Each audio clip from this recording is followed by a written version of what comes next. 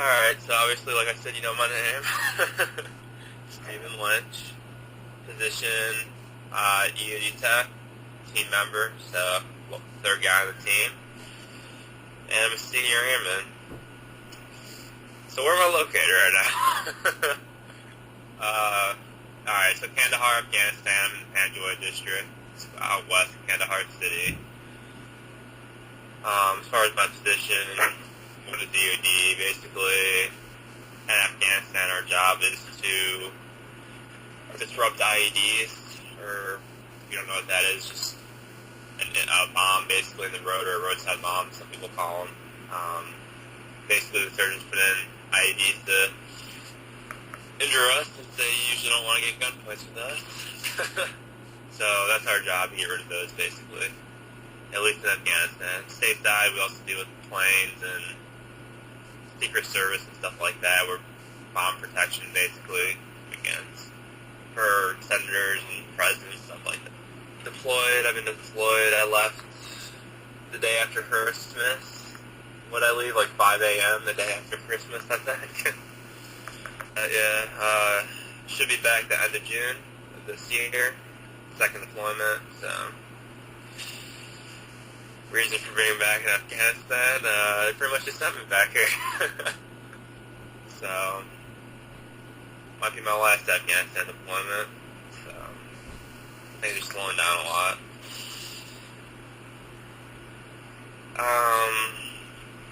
Typical day. Well, this deployment's a lot different than the last one. Last deployment we're really busy, it's out a lot. This one, pretty much completely different, been really slow, hasn't been many IEDs. Pretty much sleep in so whenever I can, unless we get a call. The way it works basically, the Army goes out, they find something, they call us, then we go out, so pretty much can sleep whenever I want. Food sucks. Eat a lot of MREs. MREs are basically kind of like beef, like beef raviolis in a can type stuff, except they're in a bag. They're like a sealed bag. There's a lot of stuff like that. They're okay. We have like warm chow like once a day, but it sucks a lot, so I eat it if it looks decent. Sleeping. I sleep a lot. I usually sleep till about 11, 5 if I could. But I usually go to bed pretty late. Usually, the Army guys have free time at night a lot, so I'll stay up with them, play cards or watch movies, stuff like that. So, as far as free time, watch a lot of movies, sit on the internet a lot. We're lucky we have internet in our room. Not on our laptops, like government internet, so a lot of things are blocked, like Facebook, but have internet at least. It's blocked in our tent. I'm in the MWR right now. I hardly ever come here. But, play cards, stuff like that. Not too much to do, it's pretty boring. It's kind of sad when even your PS3 gets boring.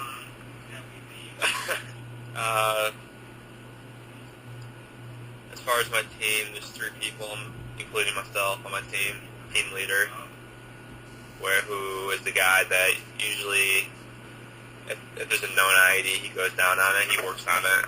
We're the 2 guys on his team support him, basically. We search the area for other IEDs, and we help him with the equipment, set up charges, drive the robot, stuff like that. But if there's a known IED, he's the one that works on that, so. Yeah, he's the highest ranking guy. Our team lead's been in for 9 years, which is actually pretty quick for a team lead. Usually they've been in longer. But ours has been in for 9 years, so he just ranked up pretty quick, so. Usually most team leads are E6s, which is the rank in the military. Some are E5s if they're short on E6s, but we have one E5 team lead, but usually they're E6s.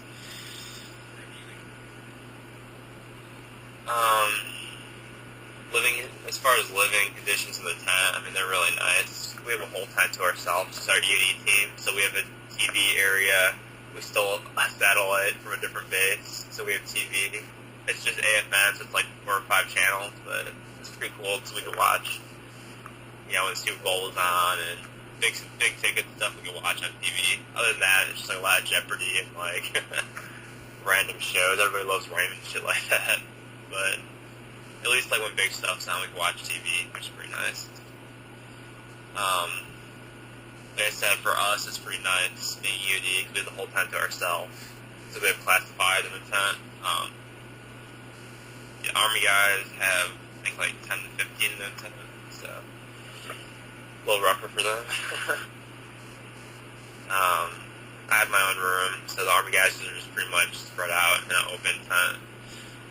My room's just like basically sheets covering the entrance and like plywood on the side. It works. As far as we go out a lot. We talk to civilians, you know, a lot of times. Obviously, I can't talk directly to them, but we have a translator. They translate a lot. A lot of times, sometimes the civilians will actually call my IDs. They'll tell us where they're at, so we have to talk to them.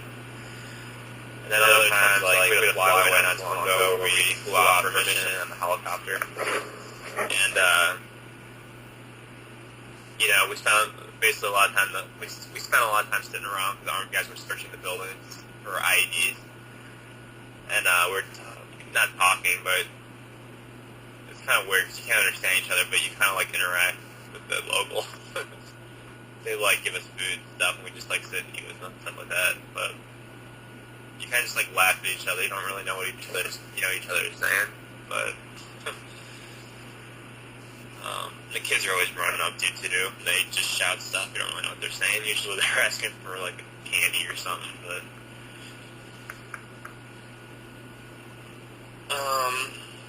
Afghanistan compared to the U.S., well, obviously living conditions. Gets really boring. Not much to do, especially when you're not going out on calls. At least when you're going out on calls, it's go time go by quick. You know, time goes by quick. But lately we haven't had much, so we've just been sitting around a lot.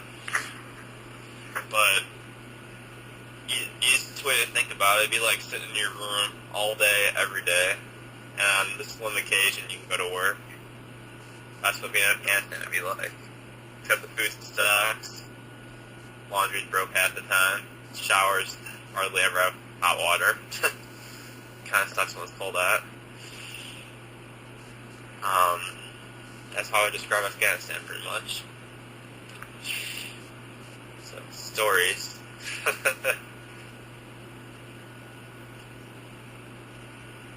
The weather right now it's nice right now. It's in the probably the 70s during the day. It's actually pretty nice. So, this is the same time as last deployment that I just got out here. So last deployment was warm the whole time. It was really cold when we first got out here. It kind of sucked. It'd be like 30 degrees or 40 degrees. And then like the showers would be ice cold. No hot water. It really kind of suck at times.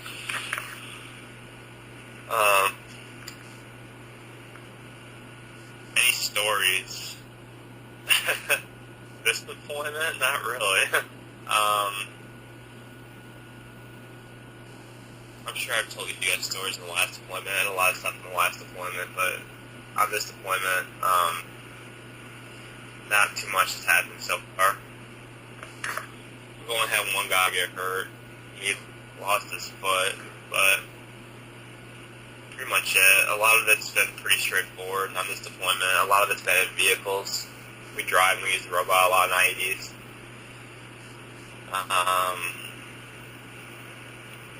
Not too much has happened this time compared to last time. The last deployment, we got shot at a lot. We had a lot of IEDs. A lot of them on foot. We walked a lot of them. Had a lot of people hurt, but not so much on this one. So it's been a boring deployment, but it's not a good deployment. So as far as that, so yeah, not too many stories. Most difficult thing I had to do. I'll skip that one. I don't really want to answer that one.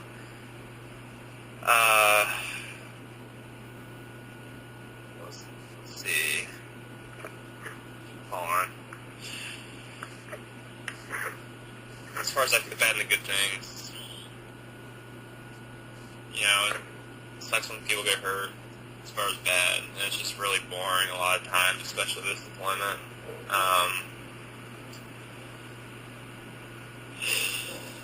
Yeah, I pretty much talked a lot about it. As far as good things, I mean, when we have calls, it's good to go out. It's a good experience. I enjoy it. Just hasn't happened too much this year. And obviously the pay is nice. We get paid a lot extra while I'm out here, and it's all tax-free. So there's a lot of combat pay and different pays we get when we're out here. We make like an extra over $1,000 a month extra being deployed, so it's kind of nice. Adds up, so it helps with the honeymoon when we get back, so.